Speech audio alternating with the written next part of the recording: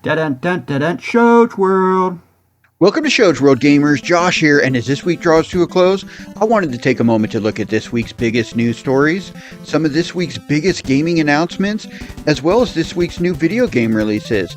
But if this is your first time on the channel, do me a huge favor and hit that subscribe button so you don't miss out on any of the fun. Alright gamers, let's kick off this week in review with a few news stories. Now the heavily rumored Atari 7800 Plus received an official announcement trailer this week with the release window of winter of this year. The console is designed after the 1986 console and is packaged with the Bentley Bears Crystal Quest game. And it will actually play all classic Atari 2600 as well as 7800 cartridges. Now more titles will be available at launch, with the console available for pre-order now from Atari at $129.99. Now, we also did get that heavily rumored Nintendo Direct this week, though it was not the big standard Direct everyone was hoping for. Instead, we actually got a Nintendo Direct Duo with a partner showcase and Indie World crammed into a 40-minute showcase. Over 45 games were shown between the two, though the Direct was kind of ultimately a little bit forgettable. The highlights for the Indie Direct was a shadow drop of Pizza Tower. Now the partner showcase had a few highlights like Tetris Forever, Star Overdrive, a SpongeBob game, as well as some pretty cool fighting game collections. The SpongeBob game is starring Patrick and it's kind of a physics-based game, but we'll talk about that a bit later. Now, we did get a reminder of some big titles coming like Dragon Quest III HD 2D Remake and Epic Mickey Rebrushed, and the Direct ended with the announcement of Yakuza Kiwami coming to the Nintendo Switch on October 24th. Just a side note, that is digital only, there will be no physical version. Now, in a shocking news story from Gamatsu, it appears the studio Argonaut Games, which had some hits back on the original PlayStation, and they even worked on a Star Fox game for Nintendo. Well, they've rose from the ashes. The company was shut down back in 2004, but has apparently been resurrected and is reviving what was probably their most popular franchise with the remaster of the 1997 PlayStation 1 game, Croc: Legend of the Gobos. This was a fun and pretty popular 3D platformer back in the day, but I really hope they do some work on the controls and camera in this remaster so that it'll play better on modern consoles. Next up, let's take a look at some gaming announcements. Now, Fatal Run 2089 received an announcement trailer this week and will be coming to the Nintendo Switch, PlayStation 5, PC, and Xbox Series systems. The game is an over-the-top, arcade-style vehicular combat racing game taking place in an apocalyptic wasteland. The game is based on the Atari 2600 and 7800 game Fatal Run, and it will include 20 tracks across 4 different regions, and this game looks like a lot of fun. I'm definitely going to keep my eyes on this title. Now, Tetris Forever was one of my favorite announcements at this week's Nintendo Direct. The game is a celebration for 40 years of Tetris, and it includes more than 15 playable classic Tetris games and an all-new Tetris game, Tetris Time Warp, where you actually jump between different classic Tetris games. This is a must-buy for me and is scheduled as a 2024 release for the Nintendo Switch, PlayStation, PC, and Xbox systems. Oh, and we also got the announcement that the classic NES version of Tetris is coming to the Nintendo Switch Online service later this year also. Now, SpongeBob SquarePants, the Patrick Star game, was announced during this week's Nintendo Direct and has you taking control of SpongeBob SquarePants' bestie, Patrick Star, in an open-world physics-based game. The game is scheduled to release this fall on October 4th for the Nintendo Switch, the PlayStation 4, the PlayStation 5, PC, Xbox One, and Xbox Series systems.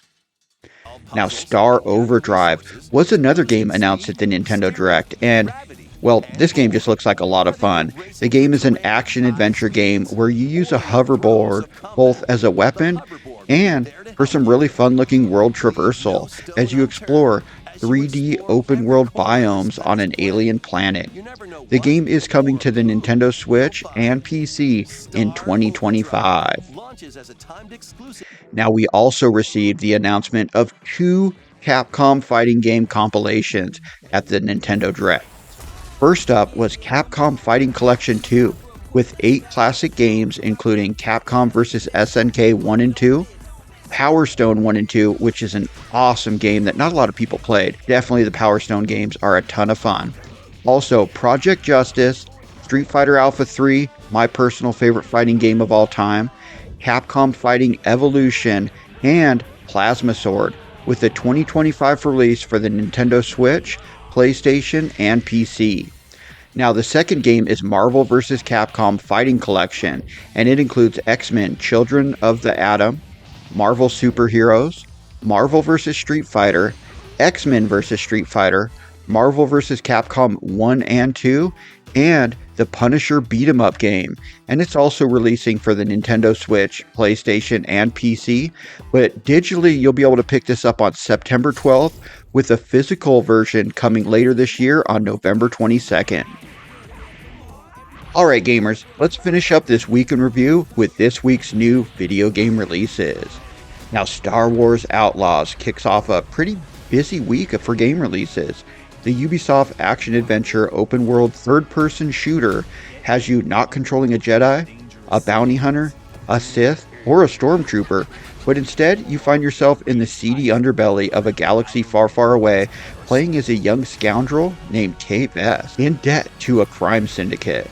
The story takes place between The Empire Strikes Back and Return of the Jedi. The game is available now on the PlayStation 5, PC, and Xbox Series systems.